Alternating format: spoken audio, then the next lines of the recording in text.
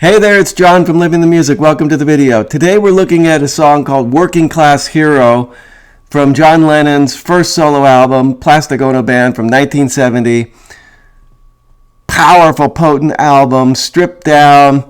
You got John on guitar, Ringo on drums, Klaus Voormann on bass for most of the tracks. You got Billy Preston on piano for a couple tracks. Fantastic album. Raw. This was on the heels of him going through primal scream therapy sessions. So, you get some of that kind of screaming in here. And it's a confessional album of sorts. And there's a fair bit of anger, but there's also some nice tender moments in here as well. So focusing on Working Class Hero, that's the one I gravitated to even as a young man coming up as a second generation Beatles fan. It's just John on acoustic. I think they spliced two different versions in there because you can hear the change in the way he's doing the guitar part about halfway through the song. It's one of those things, could be a little bit of a clunky edit, but it actually works well, and it kind of like takes the song to a new place. So I've learned to accept it and enjoy it. So getting into these lyrics here, it's really a powerful critique of modern life. Now, this is back in 1970, but I don't see too much in here that has changed. If anything, some of it may have gotten worse. Now, as always, our question on Living the Music is, how can we apply these lessons that are either explicit or implicit from these lyrics? There's nothing like listening to the song, and I'll put a link to the song in the comments below. Of course, always go back to the song, always go back to the source. But I think there's some worth and value in looking at the lyrics and, kind of seeing what the author was getting at. And I think in this case and in a lot of John's work, it wasn't just entertainment. There was a message, and there was an attempt to reveal something that would be valuable for people. So what's he getting at? Now, first of all, let me get the bad news out of the way first. I don't think we have to take every word as gospel. And in particular, the last line of this song is, if you want to be a hero, well, just follow me. All right, so look, I'm going to say on behalf of whoever agrees with me that is not really in the spirit of the rest of the song. It kind of aggrandizes John himself, and I think he was notoriously someone who would change his mind from day to day. I doubt very seriously he would be looking back on that and really standing by that. So I'm going to dismiss that. I'm not going to follow him as my guide, as my guru, as he gets into in a later song on the album, God. He sort of says he doesn't believe in any gurus, and well, I'm not going to believe in John as my guru either. So there you go with that. Now, but the rest of this, there's a lot to recommend itself, and there's a lot to think about. Now, he goes into, right from the beginning, a really powerful, evocation of childhood, and kind of the underlying simmering suffering that a lot of kids feel. So it says, as soon as you're born, they make you feel small by giving you no time instead of it all. So he was estranged from his mother, for a lot of his life until she passed when he was a teenager. His dad had left him. But I think a lot of us might feel like our parents didn't give us the time that they could. And maybe if it was the time, it wasn't really quality time. Till the pain is so big you feel nothing at all. a working class hero is something to be. So again, I'm not going to follow him as a working class hero.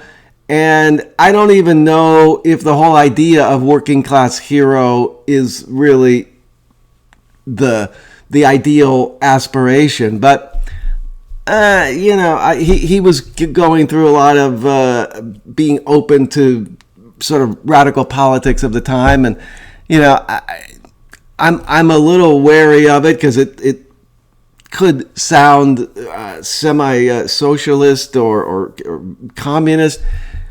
But, certainly I can see a lot of value in lionizing the working man, working woman, especially the people, kind of getting in the dirt of manual labor and, providing the backbone and the sort of the infrastructure for all of us to exist within. So I get that, and I'm down with that. Now he says they hurt you at home and they hit you at school.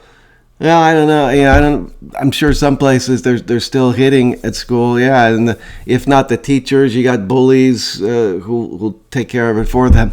They hate you if you're clever, and they despise a fool. Now that's powerful. That's powerful. I think we all maybe can relate to teachers who wouldn't necessarily take kindly to your critique of something they said or some argument they're making. If you poke holes through it, they're not necessarily welcoming that. And if too clever, you get in trouble, and then if you're not getting with what they're teaching, they call you a fool. Till you're so effing crazy you can't follow their rules. Well, yeah, powerful. The socialization of civilization is quite a powerful process, and it is something we all have to go through in one way or the other. But I think it's worth pointing to, as he does, that it's not necessarily just a benign, gentle process. There's almost a violent nature to it in terms of sort of ripping away some of your innocence and your open curiosity and replacing it with, this is the way it is because we say so. When they've tortured and scared you for 20 odd years, then they expect you to pick a career. When you can't really function, you're so full of fear. Okay. Yeah, I mean, certainly you go through that 20 odd years, and I don't know if it's all tortured and scared, but some of it, yeah. And again, whether it's coming from our peer group, or it's coming from the adults, the crazy uncles, the verbal abuse, the physical abuse, or the teachers, all of it, religion, yeah, it can be quite a deep process to go through. That's very difficult for a lot of us, and for some more than others. And then they expect you to pick a career, and then they bring the fear in of you got to achieve, and when you do achieve, then you got to do better and you got to do more. Keep you doped with religion and sex and TV, and you think you're so clever and classless and free, but you're still effing peasants as far as I can see. Wow, these are just world-class lyrics in my opinion. Of course, you don't want every song you listen to be in this vein, but it is powerful to have one or, several that you can point to that just kind of like tell it like it is, or at least as this author sees it, and many of us can relate to it. So, yeah, when I heard that effing peasants, I kind of felt like, oh, God, like, really? I'm a peasant? We're all peasants? But I think what he's saying is, there's a lot of lies that are presented to us as, just we have to accept this, whether it's the class system, the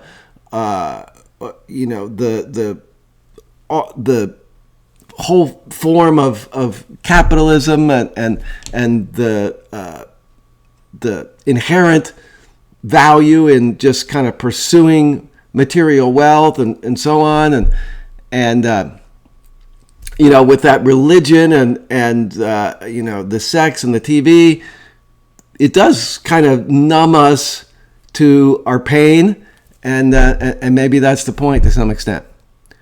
There's room at the top. They are telling you still, but first you must learn how to smile as you kill if you want to be like the folks on the hill. Well, this was written and performed when the Vietnam War was still raging, and especially for the Vietnamese, of course, and Americans who were over there to large degree perpetuating this war. That was not saying you have to learn how to smile as you kill, was not just poetic license. That was literal, and something a lot of young men had to either go through or live in terror of perhaps having to go through that. Now, a lot of us are kind of immune to this whole thing of, having to go to battle, but it's still something to deal with because we have other people going to battle in our name. The volunteer soldiers in America, of course, they go to battle, they lay down their lives, they get maimed and physically and psychologically, and all these drones were dropping, and it's a lot of death and destruction that's going on out there, and we may not be doing it personally, but we're kind of, you could say, wrapped up in it, in a sense, just being Americans. And of course, America's not the only country doing this. You got Ukraine and Russia and God knows all the conflicts around the world right now. So there you have it. A working class hero is something to be. Again, I'm not sure, but I get the sentiment, and I guess the main thing, what a working class hero is, if I take all these lyrics seriously, is someone who sees through the system, sees the way that we've all been sort of conformed conformist into the system. I'm sorry if that's not the right vocabulary, but we've been swept up and thrown into, if you will, the system as is. Of course, there's going to be some system, and is there a better one? That's always a big question, and not so sure I have the answer to that. But still, I think it's valuable to see the system for what it is, look at the dark side of it as well as the bright side. And in this case, John is saying that you become, quote unquote, a working class hero by doing this, by lifting the veil and seeing the whole picture, however ugly it may be, in parts. So there you have it. Hopefully this has been valuable to you, to remind you of this great song, if nothing else, and maybe some of these themes or points that John is making and that I've highlighted are something that are thought-provoking for you, and perhaps open up new areas of exploration. So thank you for being here. Thank you for watching. Please like this video. Please give us a comment below. Anything. Could be a word, a few words. Any comments really helps us to get picked up by the YouTube algorithm and spread the video to more people. And of course, I would love you to subscribe to this channel. Thank you so much. We'll see you next time.